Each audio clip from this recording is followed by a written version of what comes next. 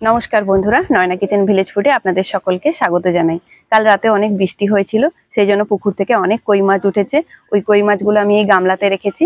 এই কই মাছগুলো দিয়ে আমি আজকে তেল কই রান্না করব। আপনারা প্লিজ এই পুরো ভিডিওটি দেখুন। আমি কই মাছগুলো আপনাদেরকে দেখিয়ে দিই। মাছগুলোকে এখন আমি জল থেকে তুলে মাটির হাঁড়িতে রাখছি। মাছগুলোকে আমি বেছে নিয়ে আসি। সবগুলো মাছ আমি তুলে নিয়েছি। মাছগুলোকে আমি বেছে নিয়ে আসি, তারপরে আমি রান্না করব। চুলায় চলে এসেছি, মাছগুলোকে এখন আমি বেছে নিচ্ছি।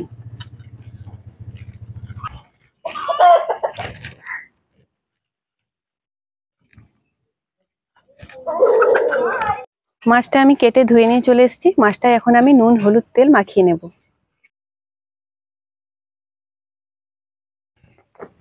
নুন দিয়ে দিলাম, হলুদ দিয়ে দিলাম, আর একটু সরষের তেল দিয়ে দেব।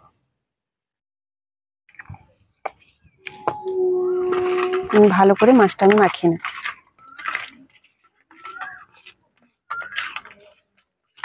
তেলকই বানানোর জন্য আমি এখানে যে মশলাগুলো নিয়েছি আপনাদেরকে দেখিয়ে দিই।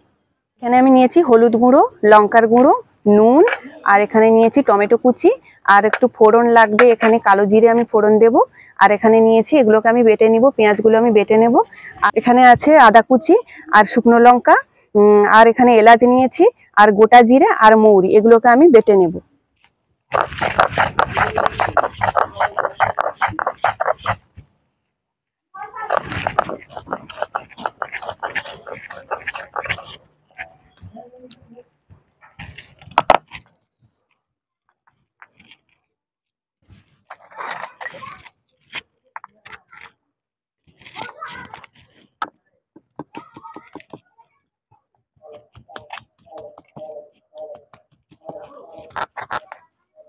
পেঁয়াজটাও আমার বাটা হয়ে গেছে, পেঁয়াজটাও আমি তুলে নিচ্ছি।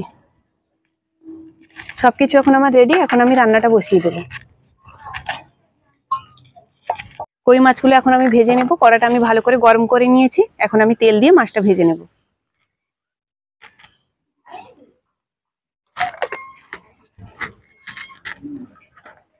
তেলটা একটু গরম হয়ে যাক, তারপরে মাছগুলো ঢেলে দেব।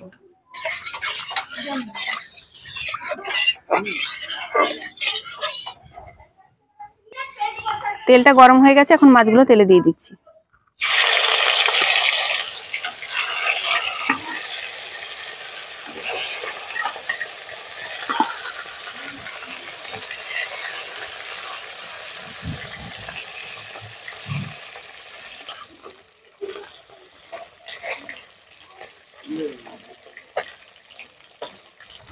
মাছটা আমার ভাজা হয়ে গেছে। মাছটা আমি বেশি কড়া করে ভাজিনি, হালকা ভেজে তুলে নিচ্ছি। বেশি ভাজলে মাছে তেল মশলা ঢুকবে না। এইরকম একটু হালকা লাল লাল হবে, মাছটাকে তুলে নিতে হবে।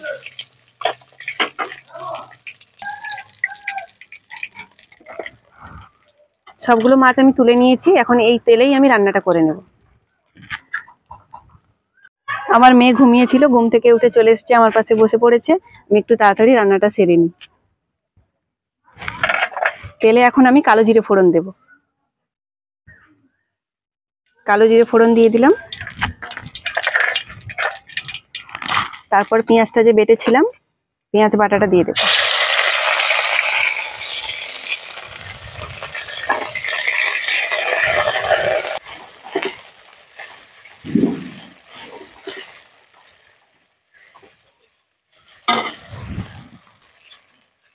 পেঁয়াজটা আমার ভাজা হয়ে গেছে। এখন আমি পেঁয়াজে গুঁড়ো মশলাগুলো দিয়ে দেব।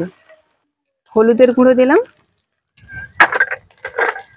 আর স্বাদ মতো লবণ, আর লঙ্কার গুঁড়ো। সবকিছু ভালো করে মিশিয়ে নেব।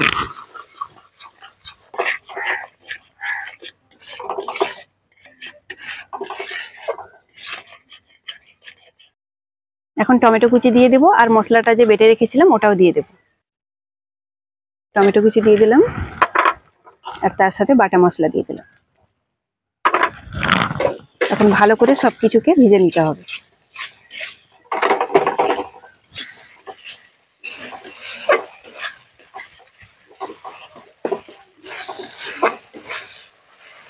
ভালো করে মশলাটা আমি কষিয়ে নেব। মশলার কাঁচা গন্ধটা যতক্ষণ না যাচ্ছে ততক্ষণ আমি ভালো করে মশলাটা কষিয়ে নেব।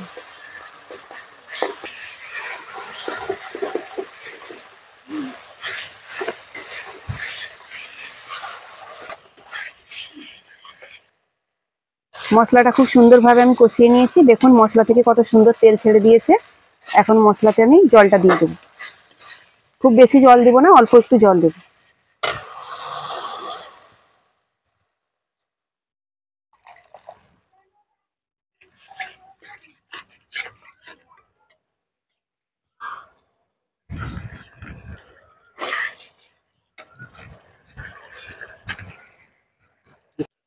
গ্রেভিটা ফুটে উঠেছে, এখন আমি মাছগুলো এতে দিয়ে দেবো।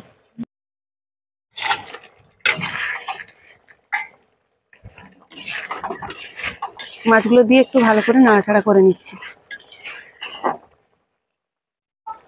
ব্যাস, আর একটু ফুটিয়ে নামিয়ে দেবো।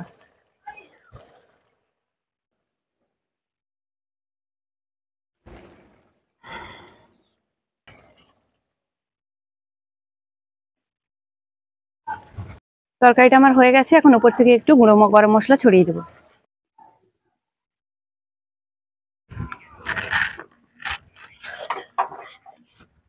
গরম মশলার গুঁড়োটা ভালো করে মিশিয়ে নিয়েছি। এখন আমি একটা প্লেটে ঢেলে নেবো তরকারিটা। তরকারিটা হয়ে গেছে। তরকারিটা এখন আমি একটা প্লেটে ঢেলে নিচ্ছি। তেলকই একদম রেডি।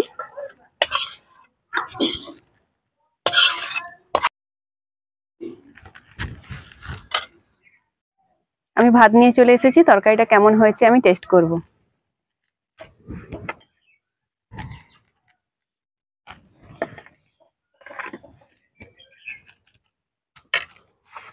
এখন আমি খেয়ে দেখি তরকারিটা কেমন হয়েছে।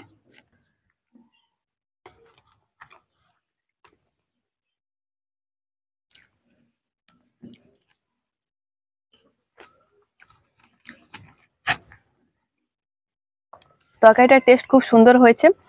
গুঁড়ো মশলার থেকে বাটা মশলার টেস্ট কিন্তু খুবই সুন্দর হয়। একটু কষ্ট হলেও মশলাটা সিলে বেটে নিলে তরকারির টেস্টটা কিন্তু খুবই সুন্দর হয়। তাহলে আজকের মতন এখানেই শেষ। আপনাদের যদি আমার ভিডিওগুলো ভালো লাগে তাহলে লাইক, শেয়ার, সাবস্ক্রাইব করে দেবেন। দেখা হচ্ছে পরের ভিডিওতে। আপনারা ভালো থাকবেন, সুস্থ থাকবেন।